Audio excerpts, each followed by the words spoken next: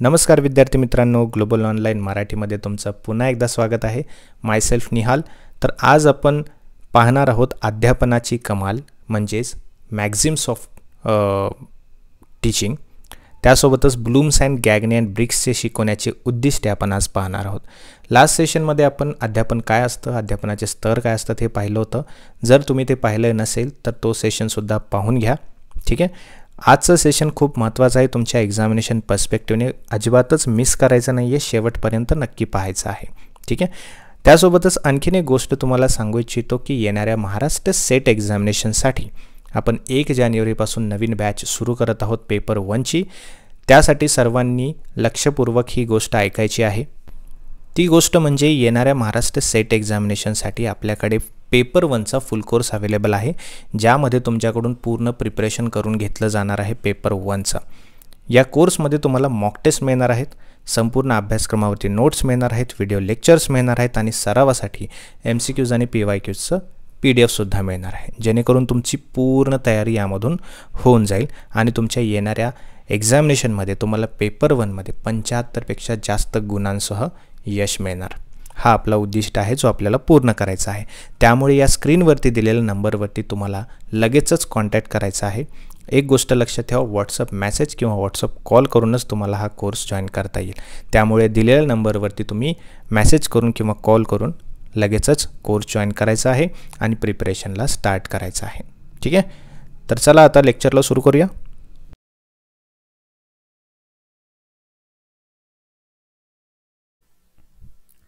तर सर्वप्रथम आपलं मॅक्झिम्स ऑफ टीचिंग, अध्यापनाची कमाल. ठीक आहे. तर मॅक्झिम्स ऑफ टीचिंग काय असतं, तर बघा, जे आपण विद्यार्थ्यांना शिकवत असतो ते एका लेवलपासून स्टार्ट होत असतं, बरोबर.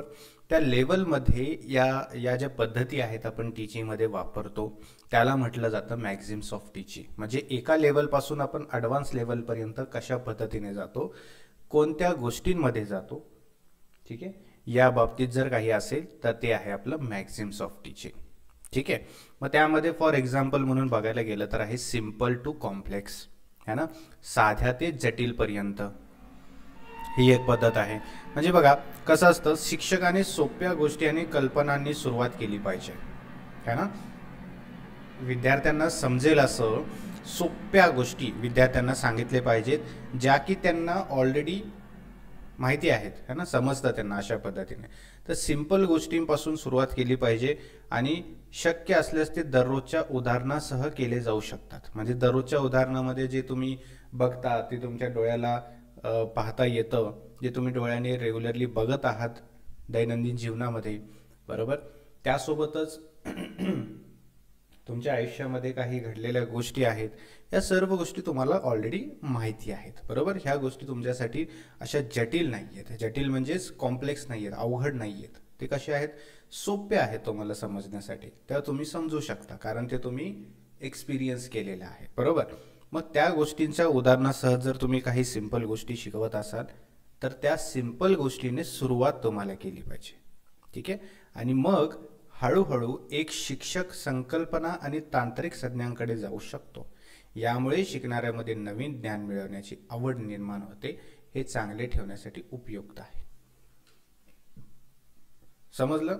सिंपल टू कॉम्प्लेक्स, साध्या ते जटिलपर्यंत. याचा अर्थ असा आहे की सोप्या गोष्टीपासून सुरुवात करायची आहे आणि त्यानंतर हळूहळू शिक्षकाने काय करायचं आहे, त्या संकल्पना त्या कन्सेप्टला एका ॲडव्हान्स लेवलला घेऊन जायचं आहे. Directly we can not jump to the complex things. आपण डायरेक्टली कॉम्प्लेक्स गोष्टीकडे वळू शकत नाही. कारण कसं असतं, प्रत्येक स्टुडंटची लेवल ही वेगळी असते. प्रत्येक स्टुडंटची कॉग्निटिव्ह लेवल, समजण्याची जी पात्रता असते, है ना, किंवा जी पातळी असते ती सारखी नसते. ठीक आहे. त्यामुळे आपल्याला सुरुवातच सिंपलपासून करणं गरजेचं आहे, जेणेकरून प्रत्येक स्टुडंटला ते समजेल, प्रत्येक स्टुडंटची पातळीनुसार ते योग्य असेल, बरोबर. मग त्यानंतर आपण काय करायचं आहे, हळूहळू आपण कॉम्प्लेक्सकडे वळायचं आहे, ॲडव्हान्स लेवलकडे वळायचं आहे. त्यामुळे काय होतं, जेव्हा सिंपल गोष्टीचं उदाहरण, सिंपल गोष्टी शिकवताना आपण उदाहरणासह शिकवतो, है ना. आपल्या दैनंदिन जीवनाला आपण ते काय करतो, रिलेट करतो, संबंध जोडतो. तेव्हा ते आपल्याला काय वाटतं की येस, आपल्याला हे माहिती आहे ना, दॅट आय अंडरस्टँड, ते मला कळतं है ना, हे आपल्याला माहिती आहे. मग जेव्हा ती गोष्ट आपण एका ॲडव्हान्स गोष्टीसोबत रिलेट करतो है ना, रिलेटेबल करतो, संबंध जोडतो, तेव्हा ते आपल्याला हळूहळू समजते. ॲडव्हान्स गोष्टीसुद्धा आपल्याला समजू लागतात. बरोबर. मग जे जटिल गोष्टी आहेत ते सुद्धा आपल्याला समजण्यासाठी मदत होते. बरोबर. मग जेव्हा अशा ॲडव्हान्स गोष्टी आपल्याला शिकायला मिळतात, समजायला लागतात, तेव्हा आपल्यामध्ये शिकण्याची आवड जी आहे ती आणखीन निर्माण होते. समजते. त्यामुळे ही जी पहिली पद्धत आहे, साधे ते जटिल, अशी सुद्धा पद्धत वापरली जाते. समजलं.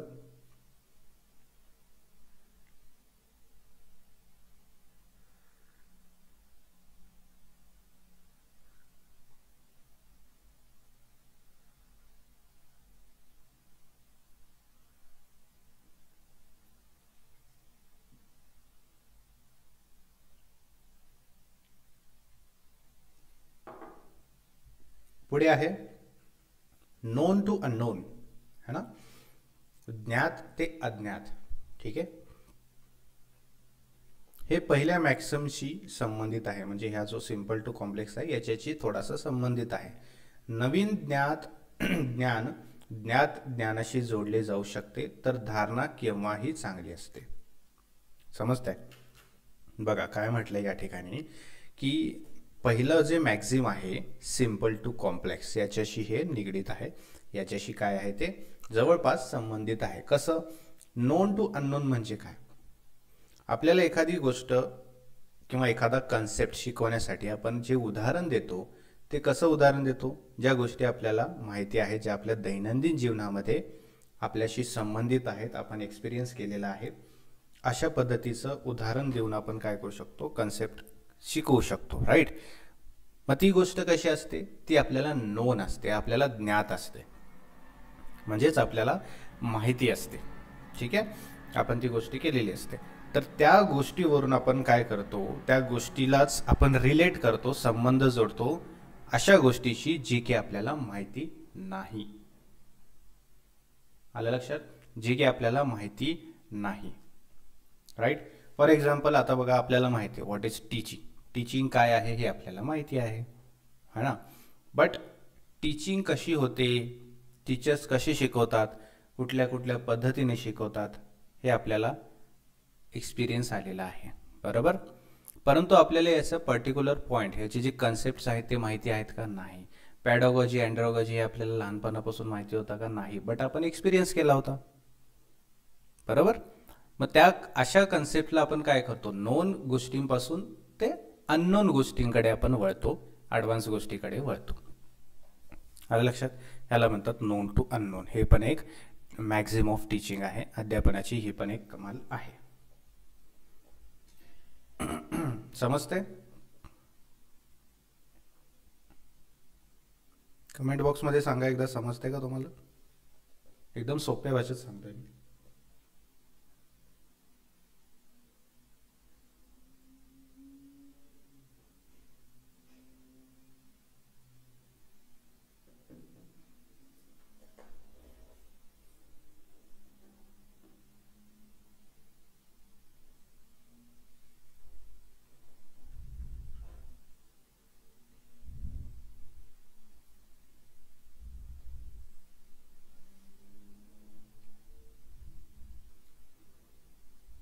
Next is whole to part. ठीक आहे. होल टू पार्ट म्हणलंय, संपूर्ण ते भाग. ठीक आहे. सॉरी. त्यानंतर बघा काय म्हटलंय, होल टू पार्ट म्हणजे याला आपण डिडक्टिव्ह म्हणू शकतो. ठीक आहे. डिडक्टिव्ह मेथड आपण याला म्हणू शकतो. कसं. होल म्हणजे पूर्ण. ठीक आहे. होल म्हणजे पूर्ण आणि पार्ट म्हणजे त्याचं एक स्पेसिफिक गोष्ट किंवा त्याची एक स्पेसिफिक गोष्ट. राईट. ओके. काही हरकत नाही. ज्या विद्यार्थ्यांना लेट झालेलं आहे थोडंसं, नो प्रॉब्लेम. आपण काय करू शकतो, जो आता कन्सेप्ट चालू आहे तो कंटिन्यू करा आणि जो कन्सेप्ट तुमचा राहिला आहे बघायचा तो तुम्ही लेक्चर संपल्यानंतर व्हिडिओ जसाचा तसा तुमच्यासाठी रेकॉर्डेड अवेलेबल असेल. तुम्ही रिवाइंड करा, मागे घ्या लेक्चर आणि तिथून परत पाहू शकता. ठीक आहे, काही हरकत नाही, डोंट वरी अबाउट इट. चला, तर होल टू पार्ट बघत होतो आपण. होल टू पार्ट म्हणजे फॉर एक्झाम्पल सांगतो मी तुम्हाला, हे आहे overall the world. This is what, this is world. But in that world आपल्याला काय करायचं आहे, आपल्याला एका स्पेसिफिक कंट्रीबद्दल, जसं की इंडिया आहे, इंडियाबद्दल स्टडी करायचं आहे. ठीक आहे, हे झालं होल टू पार्ट. म्हणजे हा जनरल कन्सेप्ट आहे आणि हा स्पेसिफिक आहे. आलं लक्षात? याला म्हटलं जातं होल टू पार्ट. शिकवताना शिक्षकाने प्रथम संपूर्ण धड्याची विद्यार्थ्यांना ओळख करून देण्याचा प्रयत्न केला पाहिजे, नंतर त्यातील गुंतागुंतीकडे वळले पाहिजे. धड्याच्या मुद्द्यावर आधी चर्चा केली पाहिजे आणि नंतर भागामध्ये धडा शिकवला पाहिजे, असं त्यांचं म्हणणं आहे.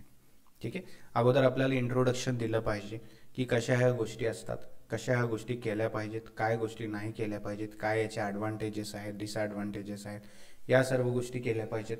त्यानंतर ह्याचे जे काही मेथड्स असतील, ह्याचे काही टाईप्स असतील, ते शिकवले पाहिजेत. ठीक आहे, आलं लक्षात? ह्याला म्हणतात होल टू पार्ट. म्हणजे कसं, एखादी जनरलाइज गोष्ट असते तर ती आपल्याला जास्त माहिती असते. ठीक आहे, कारण ती फेमस असेल किंवा ऐकण्यात आली असेल, अशा प्रकारे. त्यानंतर त्याच्या स्पेसिफिक गोष्टी आपण जे आहे डिटेलमध्ये ज्याला म्हणतो आपण, ते असतात. म्हणजे फॉर एक्झाम्पल तुम्ही बघा की I don't know whether you have focused on this thing or not. म्हणजे याच्यावरती तुम्ही थोडासा विचार केला आहे की नाही माहिती नाही, पण माझ्या एक्सपिरियन्सनुसार मी तुम्हाला सांगतो, 11वी आणि 12वी, ठीक आहे, आर्ट्स, सायन्स, कॉमर्स कुठलाही असू द्या, जर तुम्ही आर्ट्समध्ये असाल तर आर्ट्स, कॉमर्समधले असेल तर कॉमर्स, सायन्समधले असेल तर सायन्स, जो आपला ग्रॅज्युएशनचा सिलेबस आहे ना, that we have done in the 11th and 12th, the basic things, right? But the same things, the same chapters we are learning in the graduation but in detail.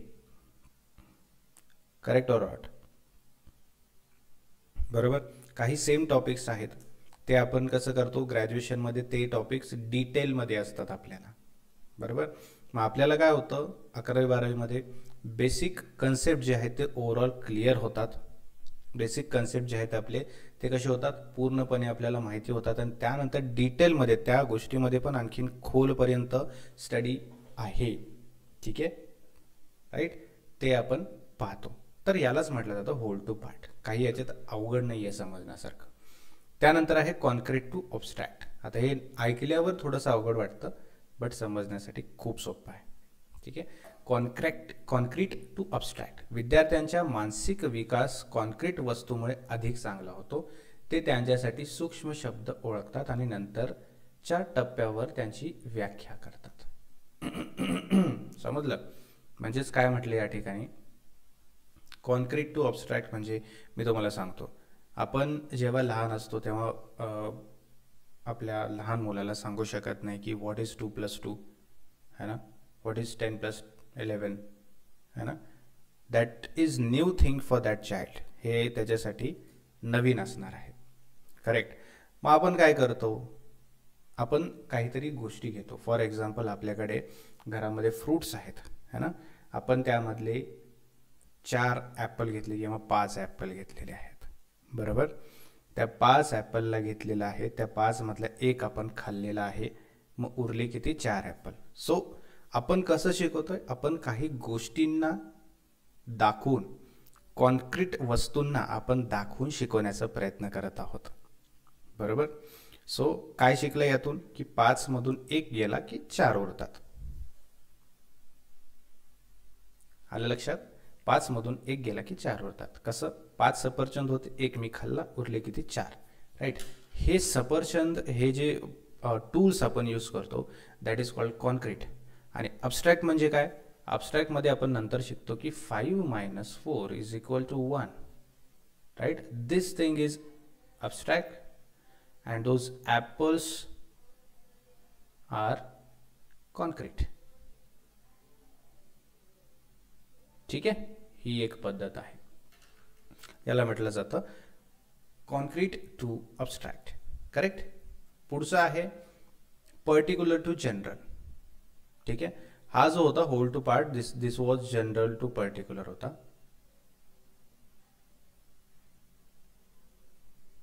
आणि हा आहे particular to general. Correct. विशिष्ट पासून ते सामान्यपर्यंत. Inductive आणि deductive याला हे शब्द आहेत. दिस इज जनरल टू स्पेसिफिक याला डिडक्टिव्ह म्हणतात आणि पर्टिक्युलर टू जनरलला इंडक्टिव्ह म्हणतात. ठीक आहे. पुढे रिसर्चमध्ये वगैरे जेव्हा आपण घेऊ तेव्हा आम्ही तुम्हाला समजावेन डिडक्टिव्ह इंडक्टिव्ह वगैरे. विद्यार्थ्यांना प्रथम उदाहरणे देऊन नंतर सामान्य कायदे आणि त्यांची व्युत्पत्ती त्यांना समजावून सांगता येईल. प्रयोग आणि प्रात्यक्षिके हा उद्देश पूर्ण करतात. कोण? Particular to general. ठीक आहे.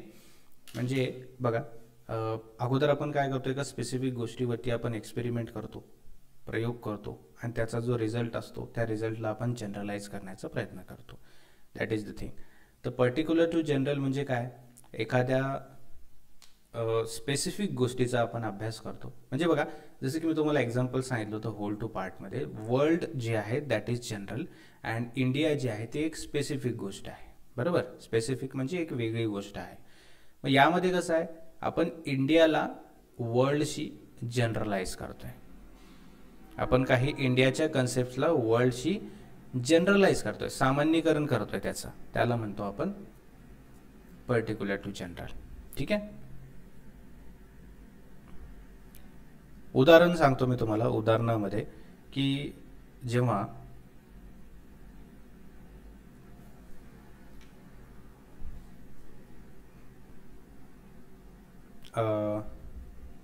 बघा, for example dog is a animal. Dog is what? Dog is animal. Cat is animal. ठीक आहे. त्यानंतर एलिफंट इज ॲनिमल. राईट. त्यानंतर हे कसे झाले? एलिफंट इज अ स्पेसिफिक झाला. एलिफंट जो झाला तो एक विशिष्ट झाला. डॉग जो झाला तो विशिष्ट झाला. कॅट जो झाला ते विशिष्ट झाले. है ना. ऑल आर ॲनिमल असं म्हटलं तर हे काय झालं? त्या सर्वांना, त्या सर्व विशिष्ट गोष्टींना आपण काय केलं? सामान्य केलं. त्याला आपण जनरल करून टाकलं. याला म्हटलं जातं विशिष्ट पासून सामान्यपर्यंत. समजलं? असा त्याचा अर्थ होतो. सो हे सर्व आपले आहेत मॅक्झिम्स ऑफ टीचिंग. याला म्हटलं जातं मॅक्झिम्स ऑफ टीचिंग. आलं लक्षात?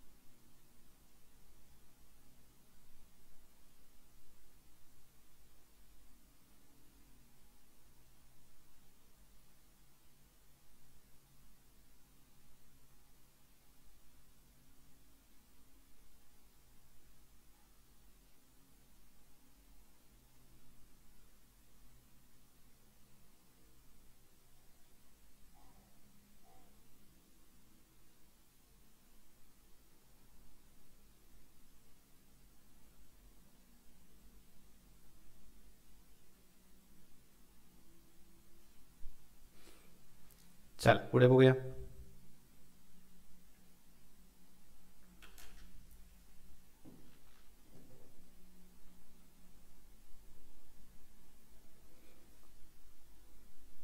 Objectives of teaching. अध्यापनाची उद्दिष्टे. बघा, उपदेशात्मक उद्दिष्टांचे वर्गीकरण करण्याचे दोन मुख्य मार्ग आहेत. एक ब्लूम्स यांनी दिलेला आहे आणि दुसरा गॅगने ब्रिग्स यांनी दिलेला आहे. ब्लूम्सचे उद्दिष्टे बघा, त्यामध्ये पहिला आहे संज्ञात्मक डोमेन म्हणजे कॉग्निटिव्ह डोमेन त्याला म्हटलं जातं. Just one minute.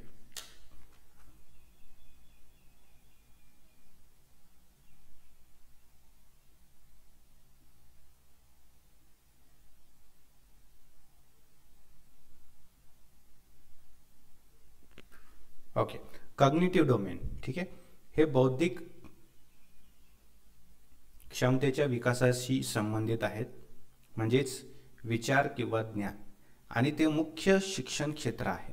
येथे कार्य करते 6 स्तर जे खालीलप्रमाणे आहेत: ज्ञान, आकलन, अंमलबजावणी, विश्लेषण, संश्लेषण आणि मूल्यमापन.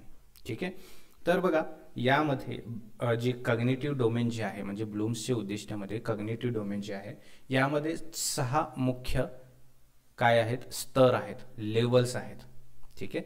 शिकण्याचे पहिलं ज्ञान आहे, मग त्यानंतर आकलन आहे, मग इम्प्लिमेंटेशन अंमलबजावणी,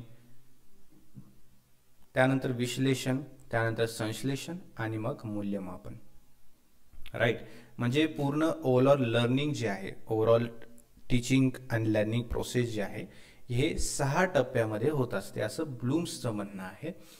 पहिलं होतं ज्ञान. ठीक आहे. आपण काय करतो, नॉलेज जे आहे ते प्राप्त करतो. त्यानंतर त्याचं आकलन करतो, अंडरस्टँडिंग करतो, इंटरप्रिटेशन करतो. ते ज्ञान आपण इम्प्लिमेंट करतो, अंमलबजावणी करतो, त्याचं ॲनालाइज करतो, विश्लेषण करतो, है ना. त्यानंतर त्याचं समरी किंवा त्याचं आपण बोलू शकतो की आपली जी कॉग्निटिव्ह लेवल आहे ती ॲडव्हान्स होते. त्यानंतर आपण त्या गोष्टीचं रिव्ह्यू, फीडबॅक, इव्हॅल्युएशन या सर्व गोष्टी करत असतो. आलं लक्षात. मग याला म्हटलं जातं cognitive domain of Bloom's. Right. ब्लूम्सचं कॉग्निटिव्ह लेवल याला असं म्हटलं जातं. Levels of Bloom's cognitive level, Bloom's cognitive domain level. ठीक आहे. देन सेकंड आहे इफेक्टिव्ह डोमेन. ठीक आहे. इफेक्टिव्ह डोमेन म्हणजेच प्रभावी डोमेन. प्रभावी डोमेन वृत्ती, प्रेरणा, सहभागी होण्याची इच्छा, जे शिकले जात आहे त्याचे मूल्यमापन करणे आणि शेवटी जीवनाच्या मार्गात शिस्तीची मूल्ये समाविष्ट करणे याच्याशी संबंधित आहे. समजतंय. यात विद्यार्थ्यांचा अधिक चांगला सहभाग हवा आहे. त्यात खालील गोष्टीचा समावेश होतो. ठीक आहे. जसे की प्राप्त करणे, प्रतिसाद, मूल्यमापन, आयोजन आणि वैशिष्ट्यीकरण. हे आहे सेकंड आपलं इफेक्टिव्ह डोमेन. त्यानंतर आहे सायकोमोटर डोमेन. सायकोमोटर डोमेन म्हणजे काय, हे प्रामुख्याने तांत्रिक कौशल्यांच्या संपादनाशी संबंधित आहे. एकदम सोप्या भाषेत तुम्हाला सांगतो, सायकोमोटर डोमेन म्हणजे युअर एक्सपिरियन्स, है ना. तुम्ही जो एक्सपिरियन्स करून शिकता, जो एक्सपेरिमेंट करून शिकता, त्याला सायकोमोटर डोमेन म्हटलं जातं. आलं लक्षात. त्यामध्ये कुठले स्तर आहेत बघा. त्यामध्ये कुठले ए आहे तुमचं अनुकरण, मग हाताळणी, मग अचूकता, उच्चार आणि नैसर्गिकरण.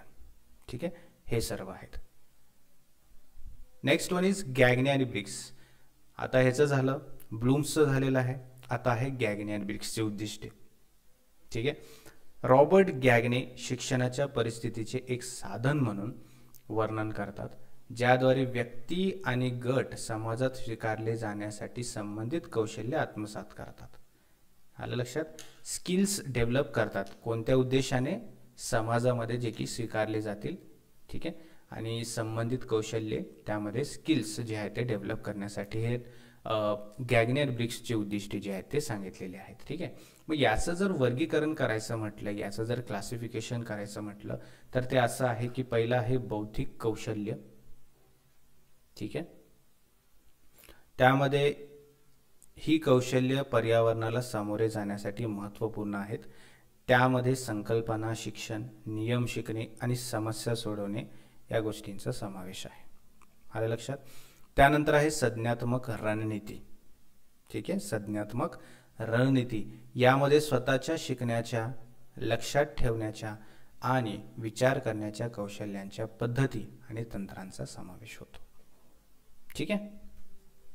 त्यानंतर मौखिक माहिती, हे एखाद्या व्यक्तीने प्राप्त केलेल्या ज्ञानाच्या संघटित संस्थांचे सूचित करते. मोटर कौशल्य, मूळतः जेव्हा मेंदू, मज्जासंस्था आणि स्नायू एकत्र काम करतात तेव्हा केलेल्या हालचालीबद्दल असतात. त्यानंतर मनोवृत्ती, ते एखाद्या व्यक्तीच्या अंतर्गत स्थितीचा संदर्भ देतात.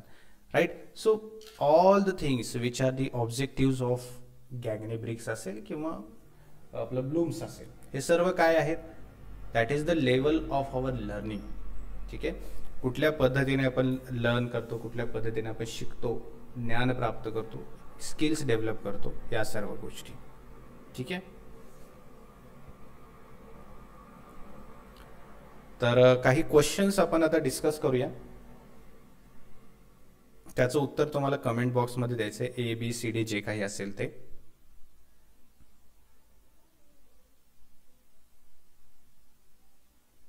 पहिला प्रश्न आहे, teacher could be successful if he or she. एखादा शिक्षक यशस्वी झाला तर तो यशस्वी, ह्याचं ट्रान्सलेशनच चुकीचं केलं. एखादा शिक्षक यशस्वी आहे असं केव्हा म्हणू शकतो आपण, ठीक आहे.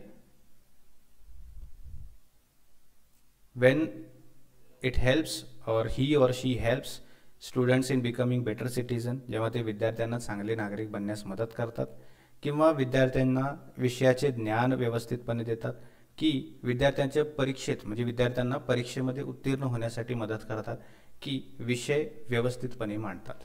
सांगा.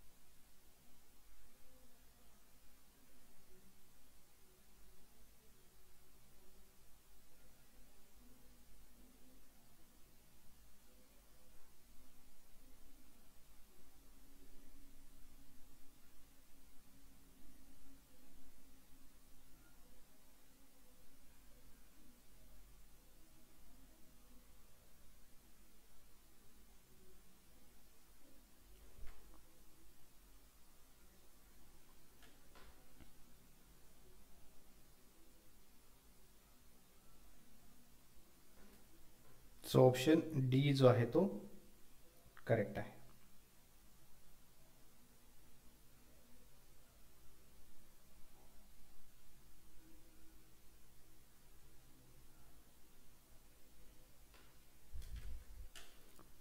Teaching is a process of interaction between teacher, student and subject. ठीक आहे. For effective teaching, teacher needs to have detailed knowledge of pedagogy, curriculum, students behaviour, learning objectives and all the outcomes. समजते. तर टीचर्सकडे हे सर्व गोष्टी असायला पाहिजेत, म्हणजे विद्यार्थ्यांची लेवल काय आहे, हां, त्यानंतर लर्निंग ऑब्जेक्टिव्स काय आहेत, आपल्या पेडागॉजी मेथड त्याला माहिती पाहिजे. बरोबर. Teachers who deeply rooted in their subjects give clear presentation and identify students difficulties easily. त्यामुळे जो एका पर्टिक्युलर सिस्टमॅटिक आणि ऑर्गनाइज्ड वेमध्ये जर सब्जेक्ट मॅटर रिप्रेझेंट करत असेल तर त्याला सक्सेसफुल टीचर म्हणतात. Lower level learning outcomes get focused in memory level, understanding level, reflective की ऑटोनॉमस. कालच आपण शिकलो होतो. सांगा आता याचं उत्तर यायलाच पाहिजे.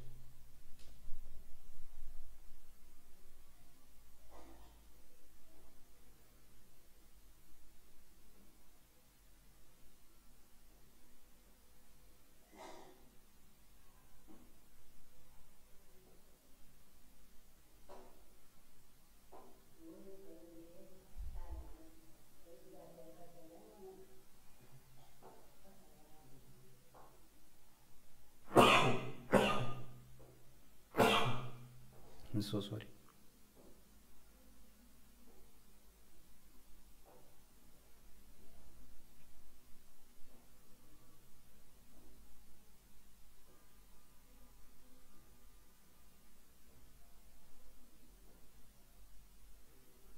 Memory level is the lowest level. ठीक है.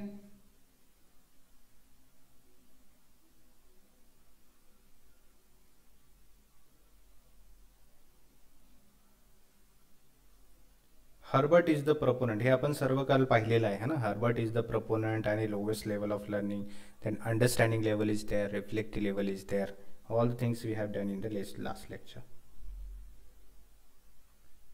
Which level of teaching the teacher's role is more active rather than being interactive. आता कुठली लेवल आहे ज्यामध्ये स्टुडंट्स जे आहेत त्यांची जी टीचर जो आहे त्याची जी लेवल आहे है ना, तो जास्त ॲक्टिव्ह आहे आणि स्टुडंटची जी लेवल आहे ती जास्त ॲक्टिव्ह नाही आहे. ठीक आहे. मेमरी, अंडरस्टँडिंग, रिफ्लेक्टिव्ह की autonomous development level.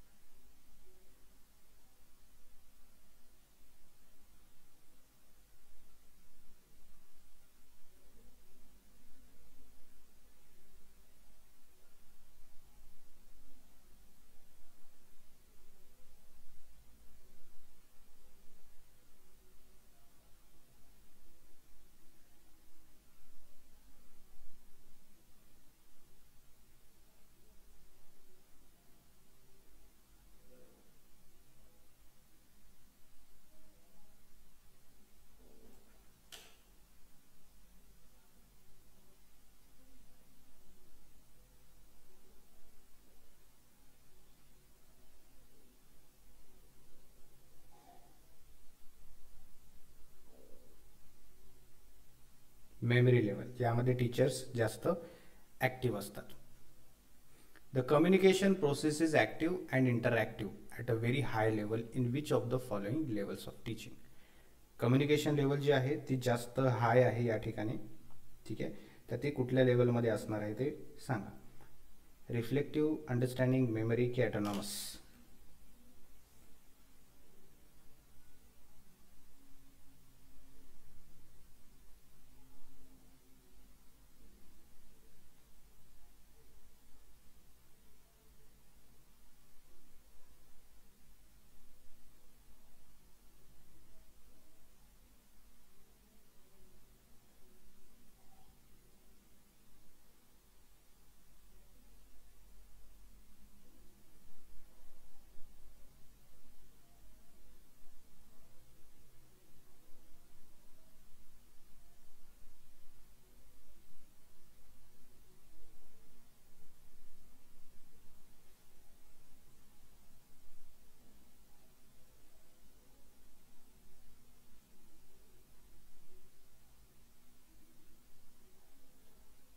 Reflective level is the correct answer.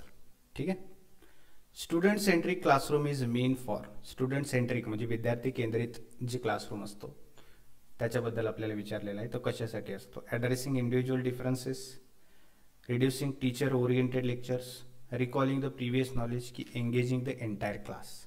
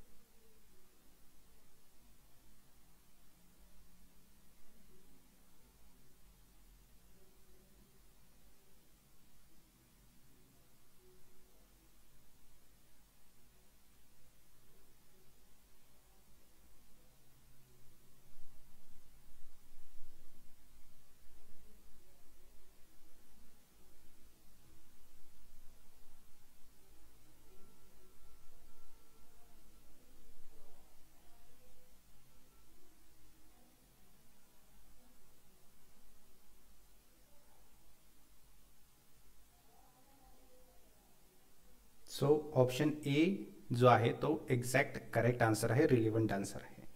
ठीक आहे. Which of the following is social characteristics of learner. ठीक आहे, जो लर्नर आहे, जो शिकाऊ आहे, ठीक आहे, त्याचं सोशल कॅरेक्टरिस्टिक्स म्हणजे सामाजिक वैशिष्ट्य काय असू शकतं?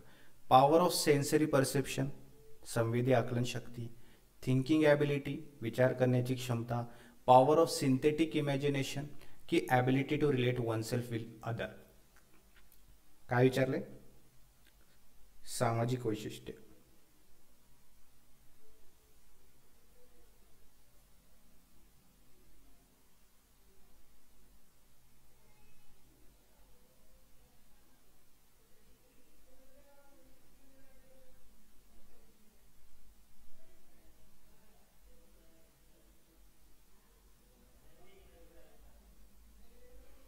10 second countdown is started. Whatever it is, ABCD option जो आहे तुमचा तो कमेंट बॉक्समध्ये सांगायचा आहे. ठीक आहे. सो ऑप्शन डी जो आहे तो करेक्ट आहे. ऑप्शन डी म्हणजे एखाद्याला आपण रिलेट करणं, स्वतःचा स्वभाव एखाद्याला रिलेट करणं, that is the social characteristic. ठीक आहे. चला. So thank you everyone for attending the lecture.